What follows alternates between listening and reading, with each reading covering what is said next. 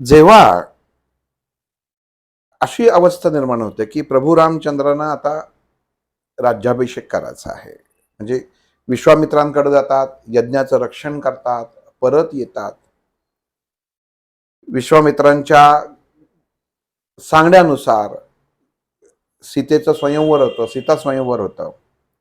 सीता स्वयंवरामध्ये विश्वामित्रांनीच सांगितलेलं असतं की हे स्वयंवर तू हे कर, आणि सगळ्यांना माहिती आहे की सीतेकडं शिवधनुष्य आहे ते, की जे धनुष्य तिच्याशिवाय कोणी उचलू शकत नव्हतं, खेळू शकत नव्हतं. तेवढी त्या धनुष्यामध्ये ती ताकद होती, शिवाने तिला दिलेलं होतं. परशुरामांनी तिला खेळताना दिलेलं होतं, की जसे परशुराम एकदा जनक राजाला भेटायला आले आणि तिने, आपण जसं एखाद्याच्या घरी जातो आणि खेळणं घेऊन जातो किंवा काहीतरी घेऊन जातो, तसं त्यांनी बघितलं की परशुरामांचं धनुष्य हे शिवधनुष्य परशुरामांचं होतं.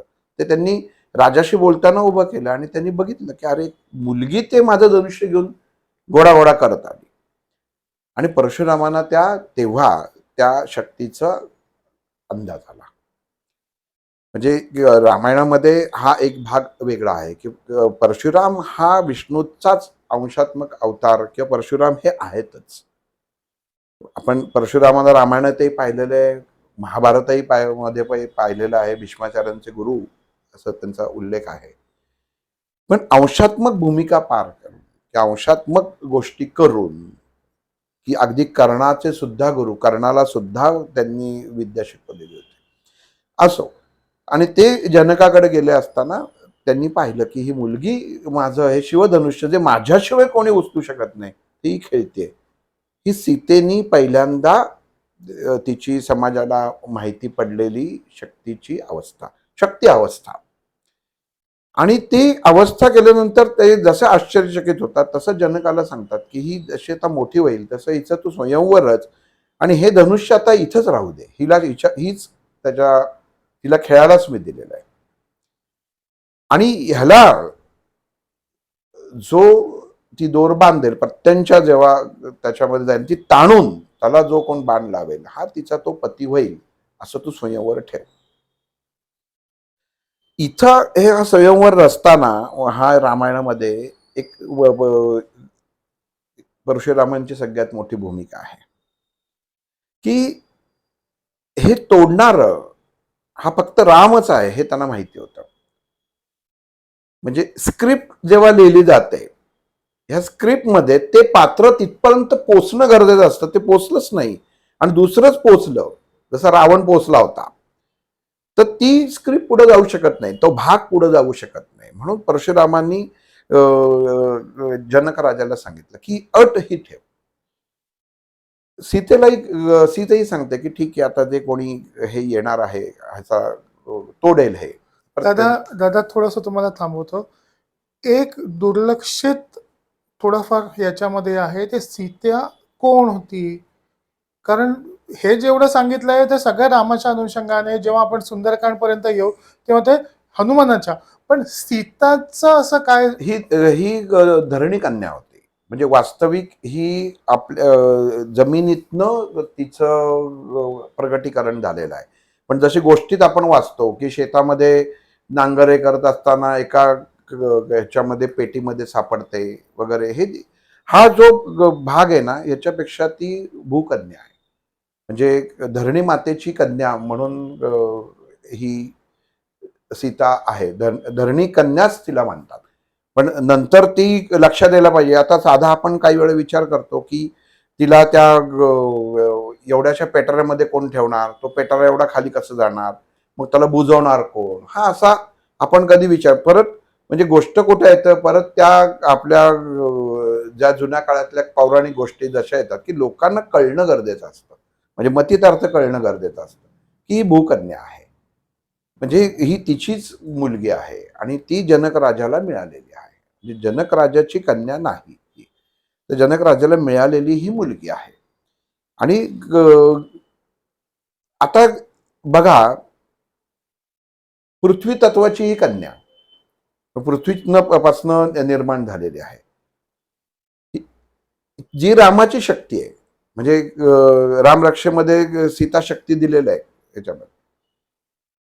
जर ही पृथ्वी हादरली, ही शक्ती जर हल्ली, ज्याला आपण भूकंप म्हणतो, तर किती विनाश होतो कोणी वाचवू शकत नाही.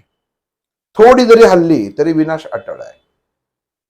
अशी शक्ती या सीतेमध्ये होती. आणि ही म्हणजे तिचं मूळ ओळख ही अशी होती. दुसरी गोष्ट, अग्नितत्वाची ती उत्तम जाणकार होती.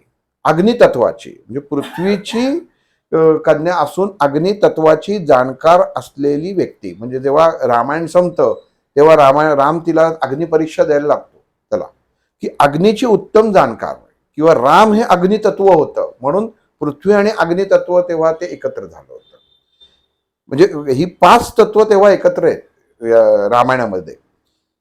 आणि जेव्हा ह्या जनक राजाचं जेव्हा ठरलं की आता स्वयंवर करायचा आहे आणि त्यांनी सांगितलं की अमुक अमुक आहे, तेव्हा विश्वामित्रांची मुख्य भूमिका सुरू होते.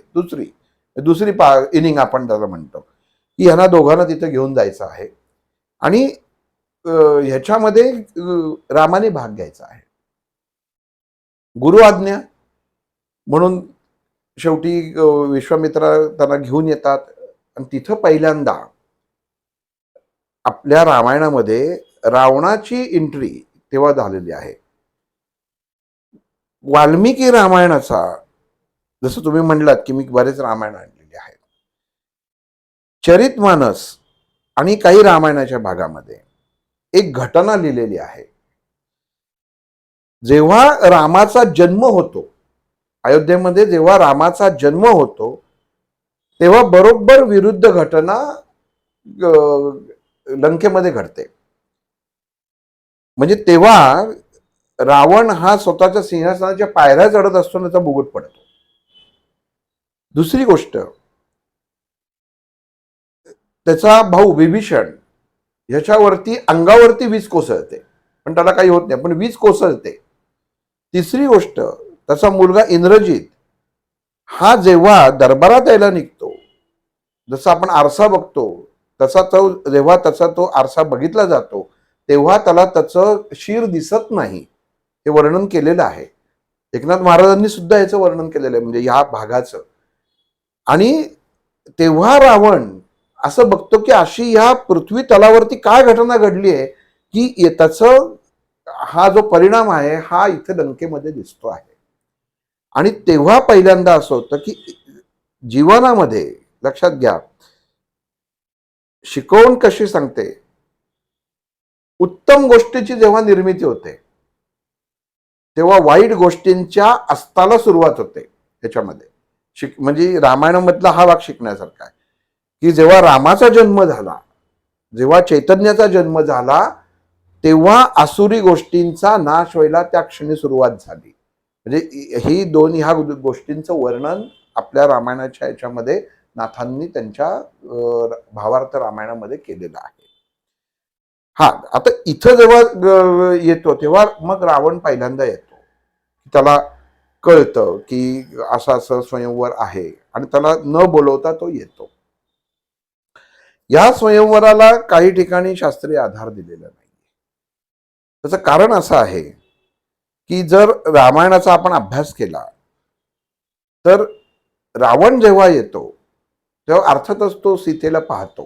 तुम्ही एक प्रॅक्टिकली जर हा विचार केला, आणि नंतर असं सांगितलेलं आहे की जेव्हा अरण्यामध्ये सीताहरण होतं तेव्हा सीतेचं वर्णन ही त्याची बहीण ही रावणाला करते की अशी सुंदर स्त्री आहे. मग ते जर वर्णन ऐकून जेव्हा सीताहरण केलं जातं, मग त्याचा अर्थ ह्या सीता स्वयंवरामध्ये रावण आला होता का नव्हता. दुसरी गोष्ट अशी असते, स्वयंवर रचताना ज्याच्यासाठी स्वयंवर रचलं जातं ती व्यक्ती दर्शवली जाते, दाखवली जाते की मी कोणासाठी स्वयंवर खेळण्यासाठी आलेलो आहे. म्हणजे तेव्हा सीतेचं आपण एक सौंदर्य बघू, जे सौंदर्याच्या वर्णनाने तिला राणी करावी असा रावणाचा उद्देश होता. त्याच रावणाने ह्या स्वयंवराच्या वेळी सुद्धा सीतेला पाहिलेलं असणार आहे त्याच्यात, की याच्यात काय. पण जो आभास निर्माण केला गेला बघा, म्हणजे गुरु काय करतो, विश्वामित्रांनी जो आभास निर्माण केला सीतेच्या भोवती ते वलय निर्माण केलं की सीतेचं दर्शन त्या रावणाला काही झालं नाही, म्हणून तिथं त्या रावणाला ती सीता दिसली नाही. आणि अशा वेळी रावणाला तिथं क्रोधित होणं किंवा त्याचा अपमान होणं गरजेचं असतं. म्हणजे एखाद्या माणसाचा आपण म्हणतो ना, मी तिथं उगाच गेलो, माझा अपमान झाला, मी परत तिथं जाणार नाही, ही अवस्था रावणाची तिथं निर्माण करणं गरजेचं होतं, जी ही विश्वामित्रांनी आणि वाल्मिकींनी त्यांच्या लिखाणामध्ये तयार केलेली अवस्था आहे. की ह्याचा प्रवेश की जो आत्ताच्या नियमाच्या नुसार अनऑथराइज आहे, म्हणजे तो कायदेशीर प्रवेश नाहीये. हा आला की मी पण येणार त्याच्यामध्ये. आणि तो आल्यानंतर ते भयानक स्वरूप जेव्हा सीता पाहते तेव्हा तिच्या मनामध्ये एक वेगळ्या प्रकारची भीती उत्पन्न होते.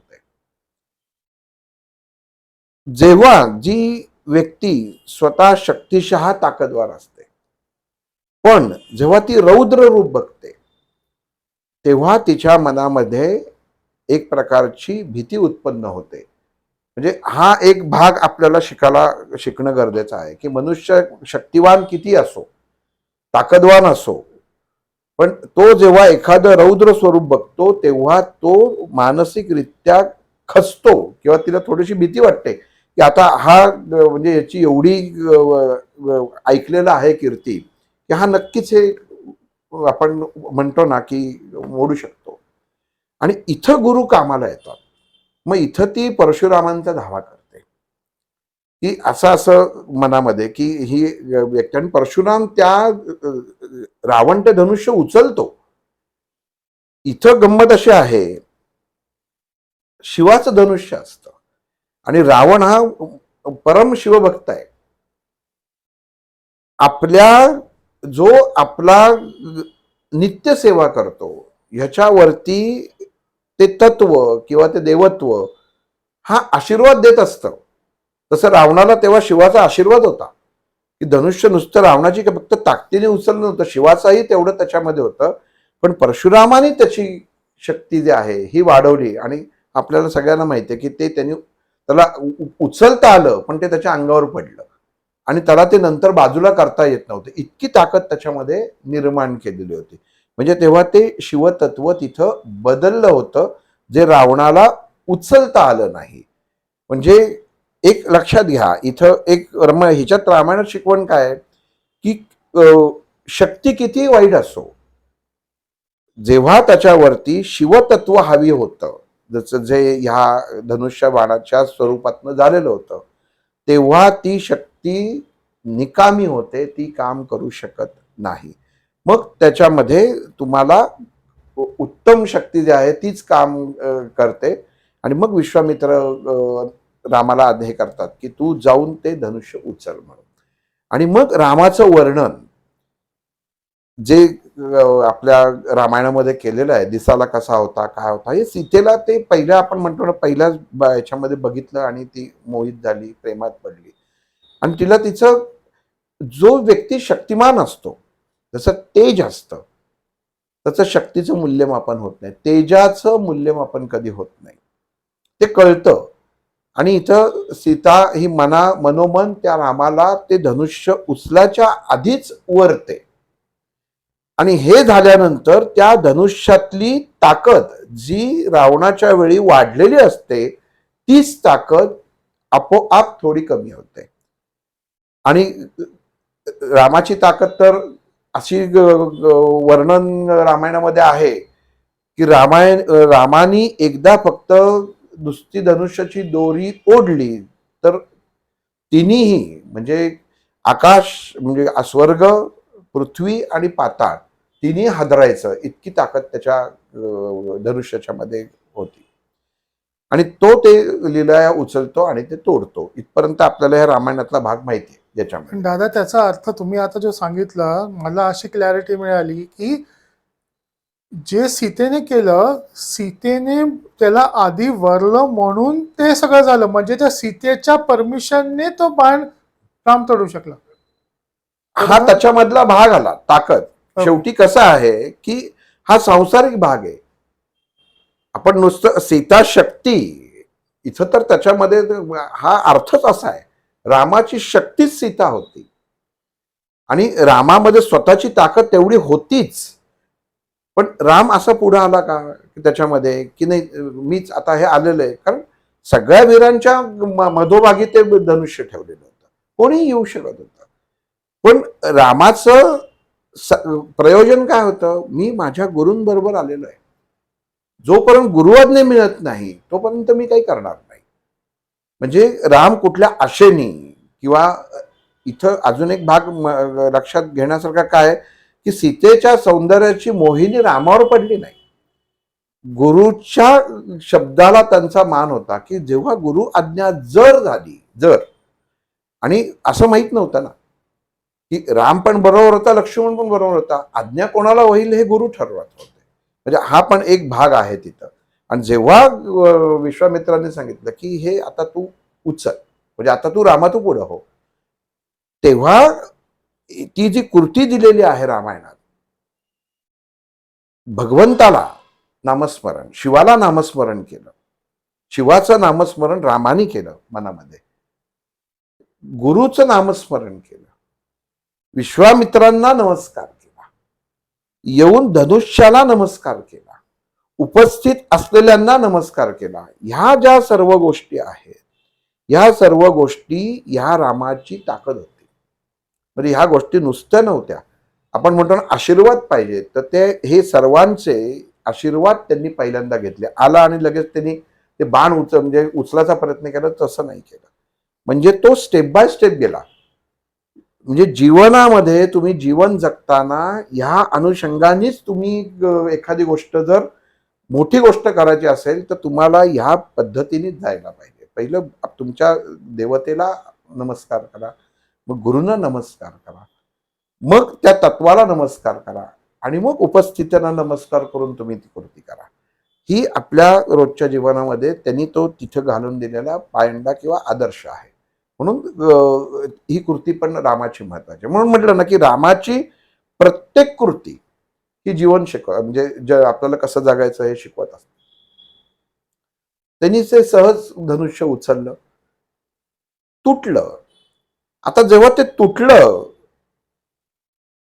इथं गंमत बघा, इथपर्यंत लक्ष्मणाची कुठल्याही पात्रामध्ये प्रवेश नव्हता त्याच्यामध्ये. लक्ष्मण जर रामायण वाचलं तर इथं कधीही त्याच्यामध्ये त्याचा प्रवेश नव्हता. जसं तुटलं तसं परशुरामानं कळलं की माझं म्हणजे शिवाचं धनुष्य तोडून टाकलं, नुसतं उचललं नाही तर ते तोडलं, म्हणजे त्याचे 2 तुकडे केले म्हटल्याबरोबर परशुराम आले, कोण तो आहे त्याच्यामध्ये तोडलेला. आणि तेव्हा मग लक्ष्मणांनी ओळख सांगितली, ही रामायणामध्ये दिलेली आहे की स्वतःची ओळख. परशुरामांना माहितीच होतं, परशुराम हे गुरूंचे गुरु, पण त्यांना माहितीच होतं. पण आपण म्हणतो ना कोण कोण बरोबर आहे, कोण आहे, हे परशुरामांना सुद्धा माहिती करून घेणं गरजेचं होतं. आणि ते आले, आणि मग शेषाने तशीच ओळख दिली पाहिजे. लक्ष्मण हा स्वभावाने आपण म्हणतो ना की तो हा थोडा रागीट होता, शेष हा तसाच पाहिजे ना, तसं बोलचट आणि याच्यामध्ये असून उपयोग नाही. रामाची सावली होती, पण तो म्हणजे आपण जो म्हणतो ना की जो प्रतिकार करायला सगळ्यात पुढं, तसा तो रामाच्या बद्दल जसे यांनी परशुरामांनी अनुद्गार करायचा प्रयत्न केला, लगेच पुढं लक्ष्मण आला आणि त्यांना प्रत्युत्तर दिलं. अगदी युद्धाला तयार झाला तेव्हा त्यांना कळलं की नाही, हा शेषाचा अवतार आहे आणि हा विष्णूचा अवतार आहे, हे नक्की, आणि कार्य बरोबर चाललेलं आहे, ही तिथं पावती त्याच्यामध्ये एक आपल्याला मिळते. आणि मग मग त्यांचं सीतेचं स्वयंवर होतं. पण दादा एक याच्यामध्ये सॉरी तुम्हाला अडवतो, मला एक सांगा, ह्याच्यात एक गोष्ट समजली नाही. जेव्हा धनुष्य बाण असतो तो धनुष्य बाण लवचिक असतो, तर म्हणजे तोडण्याचा म्हणजे रामाने इतका प्रेशर मारला की तो बाणच तुटून गेला. बांधून एवढी मग तो- ताकद अच्छा, वाकवलं ताकद त्यांनी, दाखवण्यासाठी. वाकवलं त्यांनी, ओके. धनुष्य वाकवलं त्यांनी, ती ताकदच तेवढी निर्माण झाली त्याच्यात. रामात तेवढी ताकद होती. एखादी गोष्ट प्रत्यंचेला जो बाण लावला असता तर तिन्ही लोक हादरले असते. ओके. लक्षात घ्या, हा. आधी काय सांगितलं, रामाची ताकद काय होती, नुसतं हे केलं तर समोरच्याला सांगायची, तिन्ही लोकात सांगायची गरज नाही की हे रामाच्या धनुष्याचा आवाज आहे. आणि ते नव्हतं, ते काम नव्हतं, त्याला ते लावणं आणि त्यांनी ते तोडून टाकलं. कारण जर तोडलं नसतं तर परशुरामांचा प्रवेशच नव्हता. बरोबर. मग परशुरामांचा प्रवेश नव्हता तर लक्ष्मणाची ओळख नव्हती. मग ह्या गोष्टी म्हणून म्हटलं की हा ह्याच्यातला प्रत्येक भाग आहे ना, हा अतिशय एकेका मण्यासारखा गोंफलेला आहे रामायणातला. आणि मग स्वयंवर होतं, मग अयोध्येला येतात. आणि मग अयोध्येला आल्यानंतर असं ठरतं की आता राजा म्हणतो की तू आता सगळं लग्न झालेलं आहे, सगळ्या गोष्टी व्यवस्थित आहेत, कुठेही काही अडचण नाहीये. मग आता तू याच्यावरती बस, म्हणजे राज्याभिषेक, ज्येष्ठ तू आहेस तर तुझा राज्याभिषेक आपण करू. इथं मग कैकेयीची परत भूमिका चालू होते. आता इथं एक गोष्ट आहे अशी, त्याला शास्त्रीय आधार आहे का नाही मला माहित नाही, पण ही गोष्ट आम्ही जेव्हा नर्मदेला गेलो होतो ओंकारेश्वराला, तेव्हा तिथल्या त्या एका साधूंनी सांगितलेली होती. आणि की राम आणि कैकेयी म्हणजे जेव्हा हे ठरलं की आता ह्या रावणाचा उद्धार करायचा, म्हणजे रावणाचा वध केल्याशिवाय त्याचा उद्धार होणारच नव्हता. आणि कैकेयीला सामील रामाने करून घेतलं होतं लहानपणी, की आई तुला हे काम करायचं आहे.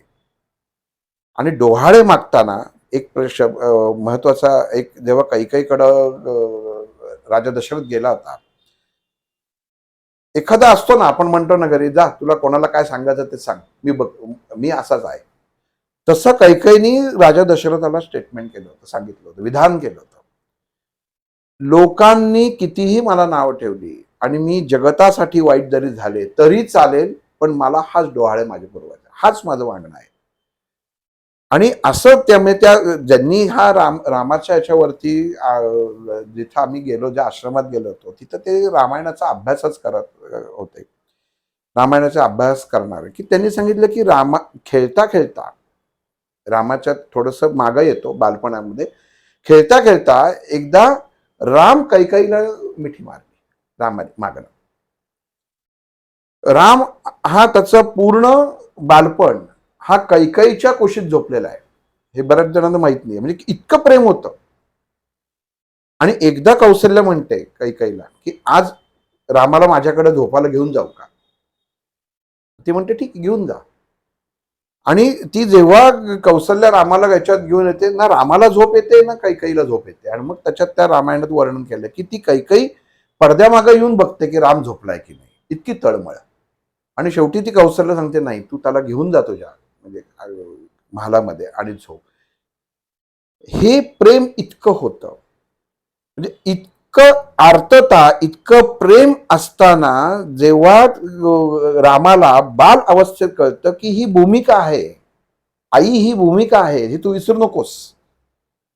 आणि तो हा लपंडाव खेळता खेळता मग रामाने सांगितलं की तुला ही भूमिका वटवायची हे तू लक्षात ठेव, म्हणजे ह्याच्यासाठी तुला हे तू करतेस किंवा ह्याने तू मागणं मागितलेलं आहे, हे तुला विसरता कामा नये, तिला आठवण करून द्यायला पाहिजे ना.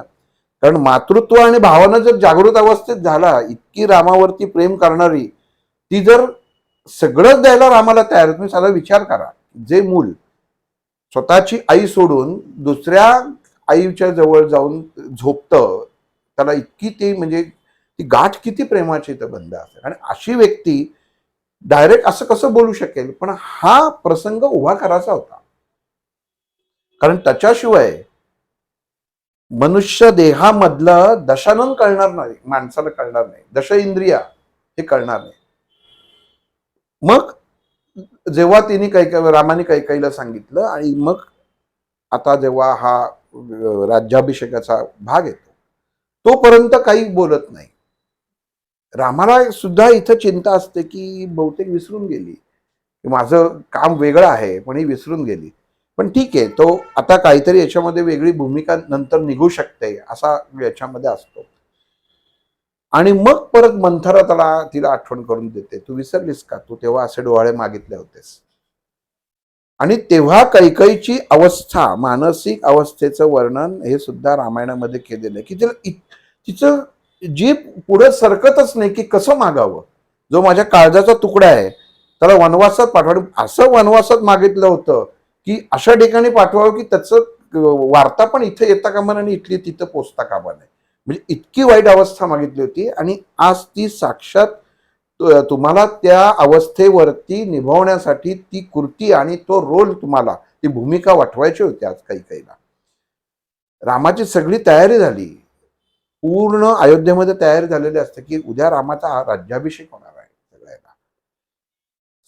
सीतेला उत्तम दागिने, रामायणामध्ये याचं मुद्दामून वर्णन केलेलं आहे की रामाला कुठल्या कुठल्या देवतांनी काय काय दिलेलं आहे किंवा उद्या, कारण हा राजा म्हणून बसणार होता. मग राजा म्हणून बसताना त्याचा जो सन्मान मान राखला जातो ह्याचं वर्णन रामायणामध्ये दिलेलं आहे. आणि रामाचं काम ते नव्हतं, राज्य करणं. आणि हे होताना जसं आपण म्हणतो की रात्री राम झोपलेला असो, उद्या आता आपला राज्याभिषेक आहे.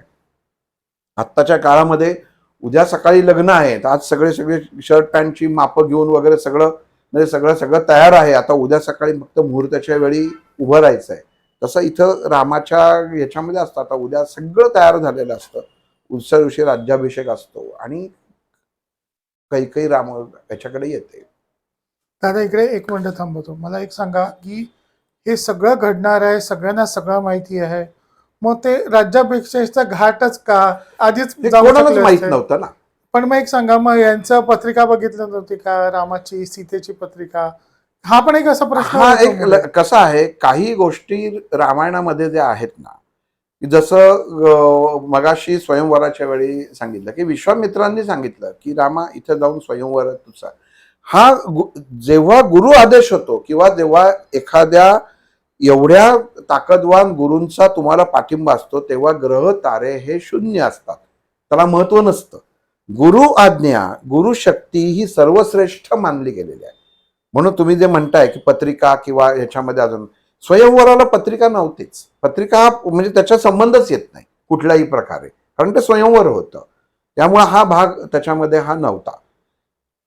दुसरं, आता तुम्ही पत्रिकेचं म्हटलात तर रामाची रासही कर्क होती आणि नक्षत्र पुष्य होतं.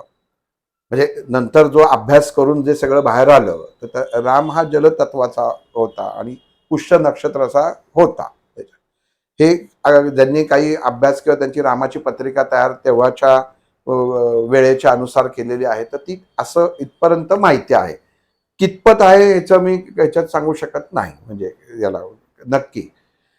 पण इथं जेव्हा रामाला सकाळी सांगितलं गेलं की तुला राजा नाही तर तुला वनवासात जायचं आहे, हा सकाळी रामाला निरोप पाठवला जातो त्याच्या दालनामध्ये की राजा दशरथाने सांगितलेलं आहे तुझा राज्याभिषेक नाही तर तुला वनवासात भगवी वस्त्र घालून वनवासात जायचंय. आणि ती भगवी वस्त्र घेऊन तो तेव्हाचा तो दास असेल तो आलेला असतो. आणि इथं राम त्याला एकही प्रश्न करत नाही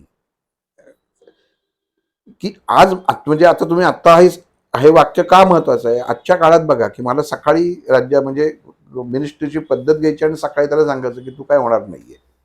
आणि तसं रामाला तिथं त्याच्या त्या राजा म्हणून बसवायचं आणि सकाळी भगवी वस्त्र पाठवतो आणि राम एकही शब्द बोलत नाही त्याच्यात की का कशासाठी मी वडिलांशी जाऊन बोलतो की काय झालं काही नाही, काहीही नाही. रामाने सहजतेने स्वीकारलं, ठीक आहे आणि वडिलांना जाऊन सांगा मी स्वीकारलं, वस्त्र नेसून मी खाली येतो.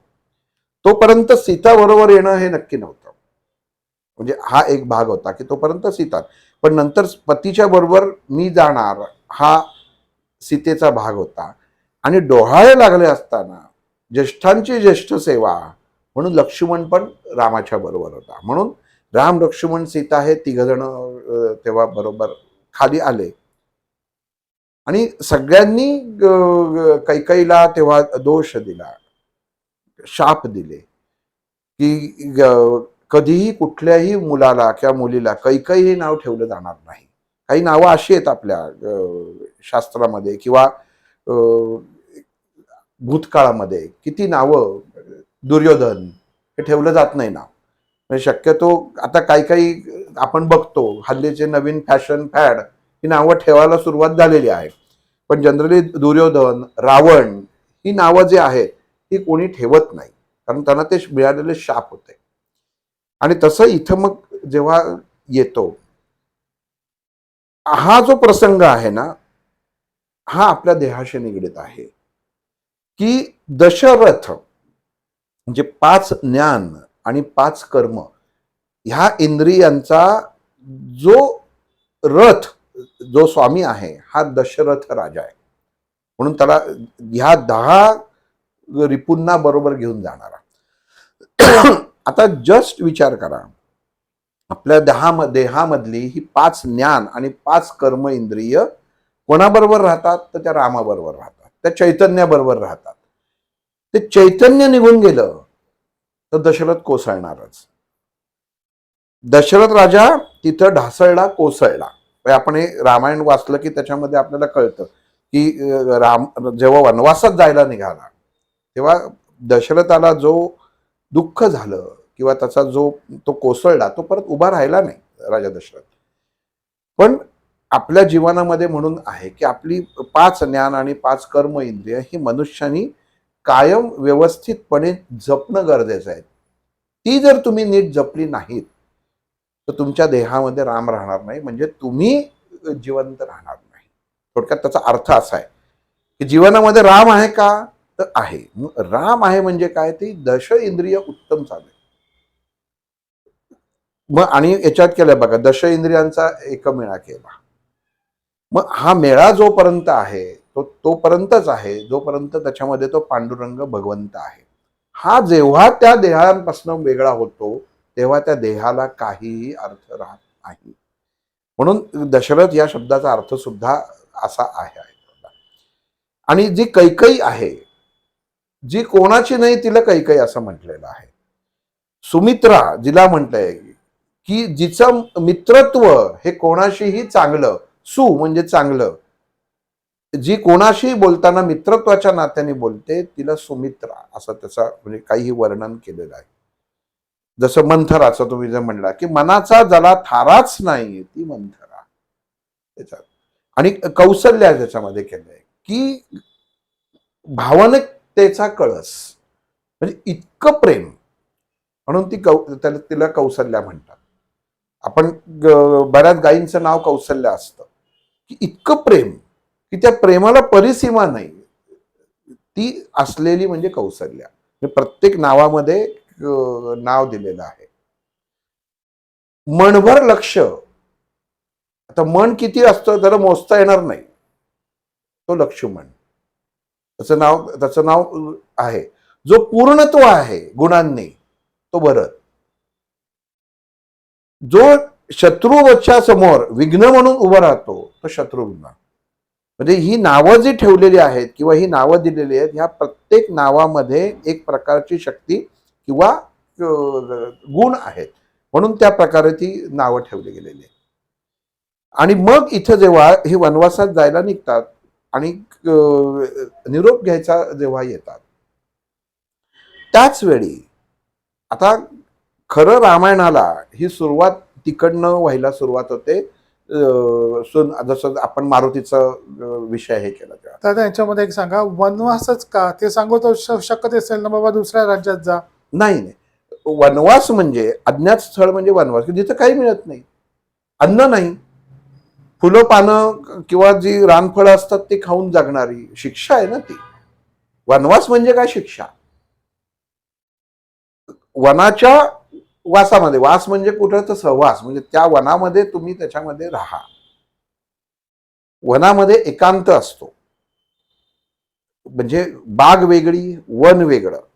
वन विभाग आपण म्हणतो ना, त्या विभागामध्ये एक विशिष्ट प्रकारची शांतता असते, म्हणून तो वन विभाग म्हणतात. रान विभाग किंवा जंगल विभाग म्हणत नाहीत, की त्या वन विभाग सगळं मोकळं असतं. म्हणजे प्राणी कुठं असतात तर वन विभागामधले प्राणी, म्हणजे तिथं सगळे प्राणी मोकळे असतात, त्याला वन विभाग म्हणतात. मग तसं ह्या वनाचा की जिथं कशाची खात्रीच देता येत नाही, म्हणून त्याला वनवास म्हटलेला आहे. आणि अशा ठिकाणी जायचं होतं की जिथनं त्यांची खबर लागणार नाही, अशा ठिकाणी जायचं होतं. आणि मग हे जायला निघाले. मग जेव्हा लक्ष्मण जायला निघाला तेव्हा त्याला थांबवण्यात आलं की तू जाऊ नकोस. पण तो म्हटला मी जाणार, कारण पहिल्यापासून रामाची सावली बनून राहिलेला लक्ष्मण आहे. त्याला आज्ञा मिळाली. मग भरत म्हणाला की मी पण जाणार, कारण भरताचं आणि रामाचं तुम्ही बघा रामायणामध्ये म्हणजे लक्ष्मण रामाच्या कायमच बरोबर होता. पण असं राम आणि लक्ष्मणामध्ये विशिष्ट जर रावणाने जेव्हा मृत्यूसमयी केलेले संवाद, याच्या व्यतिरिक्त राम आणि लक्ष्मणाचे असे विशिष्ट संवादच नाहीये किंवा त्यातलं दोघांचं प्रेम आहे असं कुठलंही प्रदर्शित केलं गेलं किंवा राम शत्रुघ्न केलं गेलेलं नाहीये. पण कोणाच्या बंधू भेटीला महत्व आहे, म्हणजे आज उदाहरण देताना समाजामध्ये तर रामाचं आणि भरताचं देतो. म्हणजे इतकं एकरूपता होती दोघांची. ह्याला आठवण आली की त्याला यायची, म्हणजे ही एकरूपता जी होती ना ही खूप महत्वाची होती. पण ही एकरूपता आली कुठनं? त्याच आईच्या पोटातनं आली, जी वास्तविक ह्या रामतत्वाशी एकरूप होती. त्याच्याशिवाय ती एकरूपता आलीच नसती. म्हणजे कैकेयीचा पुत्र होता भरत, आणि मग रामाची, आणि जेव्हा भरत म्हणतो की नाही मी पण येणार, मी थांबणार नाही, आणि हिला तर मी आई म्हणतच नाही. मग तिचं भांडण होतं त्याचं आईशी की म्हणजे तो शाप देतो आईला की ह्या ह्या पृथ्वी खंडामध्ये कित्येक युग तुझं नाव कुठल्याही स्त्रीला दिलं जाणार नाही, आणि ज्या स्त्रीचं वाईट जे वागणं होईल आणि तिचा जो उद्धार केला जाईल तो तुझा उद्धार होईल. म्हणून त्या कैकेयी आणि मंथराचा उद्धार आपण जो काही काही ठिकाणी आपण म्हणतात ना करतात की ही आहे, म्हणजे कैकेयी सारखीच वागणारी आहे की त्या मुलाला भेदभाव करून बाजूला काढणारी, हा स्वतः भरतानी तिला दिलेला शाप, आईला शाप आहे. पण रामायणामध्ये राम जेव्हा वनवासात जायला निघतो तेव्हा पहिल्यांदा असं दिलेलं आहे की राजा दशरथ हा दुःखी होतो. सगळ्यांची निरोप घेतो राम, आणि सगळ्यात शेवटी कैकेयीकडं राम येतो की ती कैकेयी बाजूला असते, तिला कोणी तिथे थांबून दिलेलं नसतं की तुझ्यामुळं आज हा प्रसंग घडलेला आहे, आणि राम तिला तिथं कैकेयीच्याकडे जातो आणि फक्त आई म्हणून रामाला ती जवळ घेते. हा म्हणजे रामायणामध्ये, एकनाथी रामायणामध्ये हा एक शब्द दिलेला आहे की जिथं शब्द खुंटतात वात्सल्याचे, इतकं प्रेम असतं, आणि ती त्याच्यावरती तिथं दगड होते कैकेयी, आणि रामाला सांगते की तू नीट राहा म्हणून, कारण आता तुझी बातमी कळणार नाही असं मीच मागून घेतलेलं आहे ना. कारण जर का पाठवायचं एवढ्या लांब, एक साधा विचार करणं गरजेचं असतं की लंका कुठं होती, तर लंका राम होती. म्हणजे लंकेपर्यंत, लंकेची आणि अयोध्या याच्यामधलं जे अंतर होतं, रामाला लंकेपर्यंत पोचायचं होतं, हे अंतर अगोदरच ठरलेलं होतं. म्हणजे तिथनं खबर किंवा असं कुठलं काही तेव्हा कम्युनिकेशनची गोष्ट नव्हती की येईल म्हणून.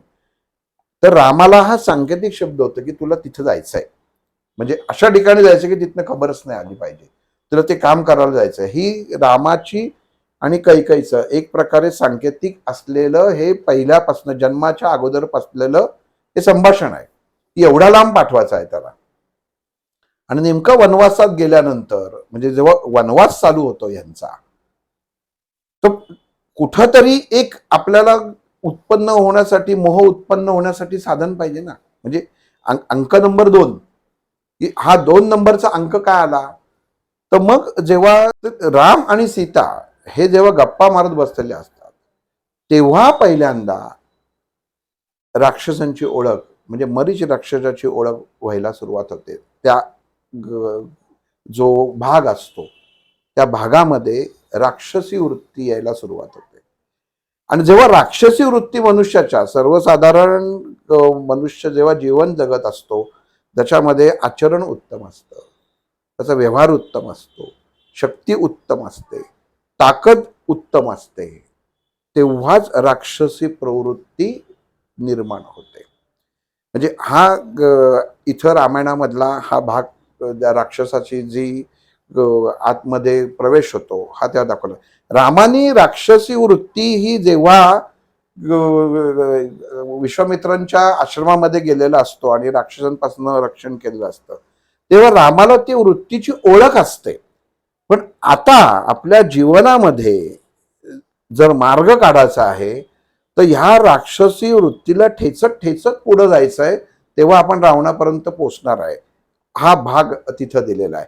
मग ह्याच्यासाठी आता सीता ह्या प्रकारामध्ये नसते. म्हणजे राम सीतेला लक्ष्मणाचं ठरलेलं असतं की रामाची सावली बनून राहणार, पण सीतेला माहीतच नसतं. ती फक्त पतिव्रता म्हणून ती रामाबरोबर आलेली असते.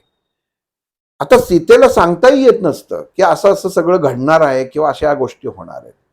म्हणून तिच्यासाठी एक स्त्रीला कुठल्या तरी गोष्टींचा मोह उत्पन्न होणं गरजेचं असतं. आणि रामाला माहिती असतं की जसं एखाद्या नवऱ्याला माहिती असतं की आपली बायको कशाचा मोह उत्पन्न होऊ शकतो किंवा काय तिला पाहिजे असतं. कारण सीता ही शेवटी राजकन्या असते, राजवाड्यात राहिलेली असते आणि आज ती ज्या भगव्या कपड्यांमध्ये आलेली असते. तर ह्याच्यामध्ये मोह उत्पन्न करता येईल का, म्हणून शेवटी ज्या राक्षसापासून जो मोह उत्पन्न झालेला असतो किंवा जो मोह उत्पन्न होतो, जो कांचनमृग म्हणून येतो, तर ही उपाययोजना सुद्धा रामाचं रावणापर्यंत पोचण्याच्या योजनेतला एक भाग आहे. आता त्याच्यामध्ये तो राम त्याच्या मागे जातो, मग तो लक्ष्मणाला तो तिथनं येत नाही. मग ह्या इथं म्हणजे माझ्या गुरूंशी जेव्हा बोलणं झालं तेव्हा ह्या भागावरती आम्ही खूप एक विचार विनिमय केला होता की जो ह्या जगताचा निर्माता आहे, काय घडतंय त्याला माहिती आहे.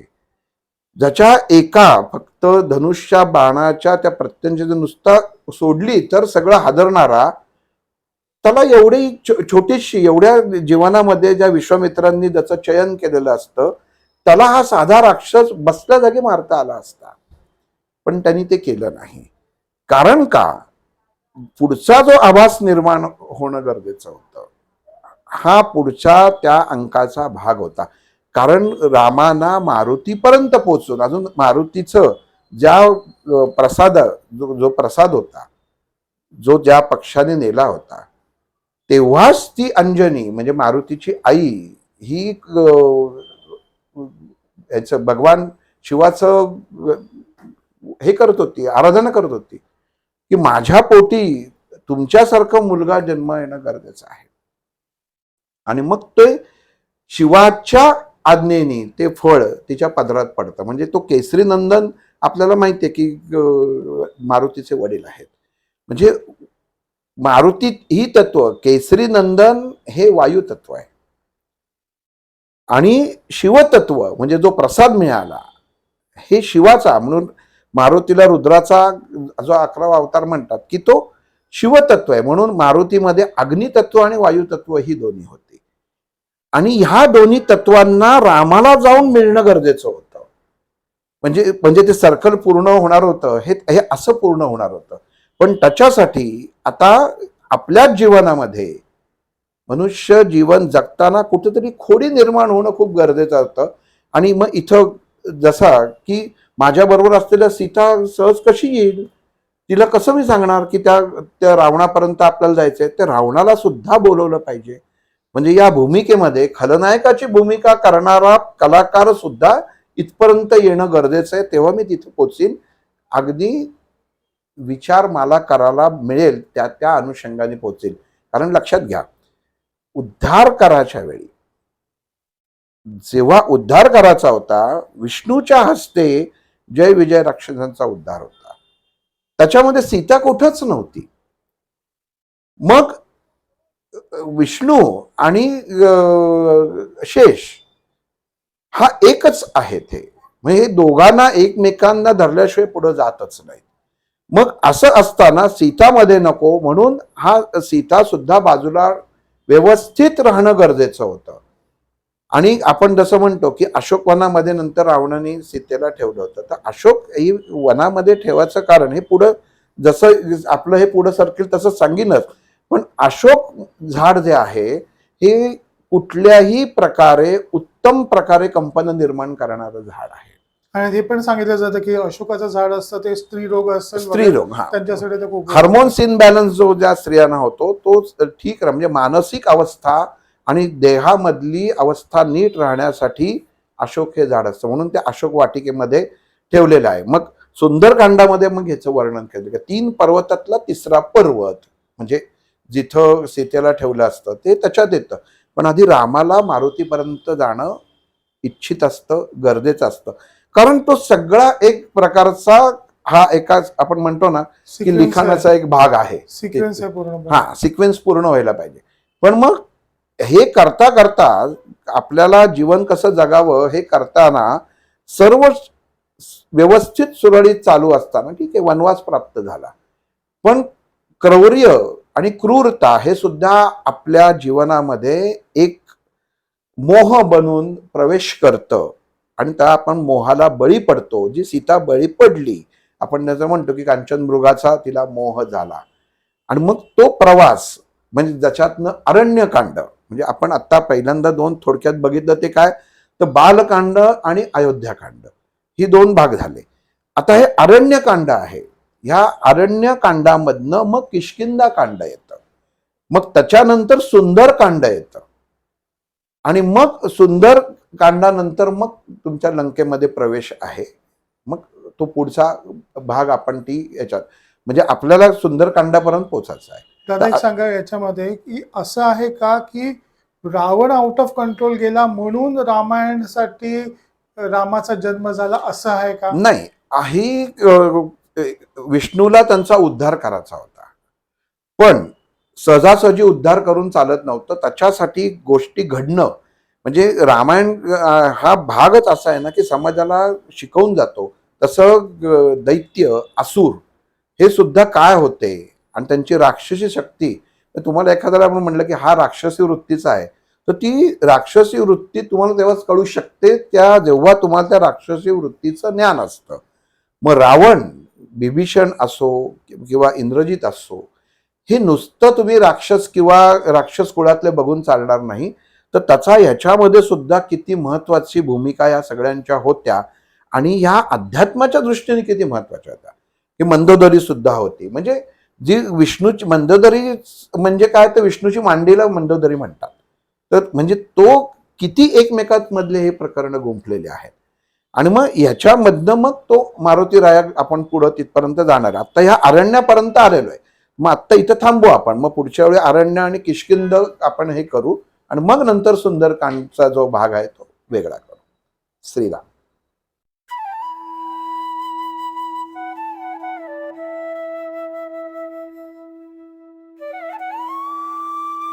अध्यात्मावर अशीच माहिती मिळवण्यासाठी देव माझा चॅनलला सबस्क्राईब करा.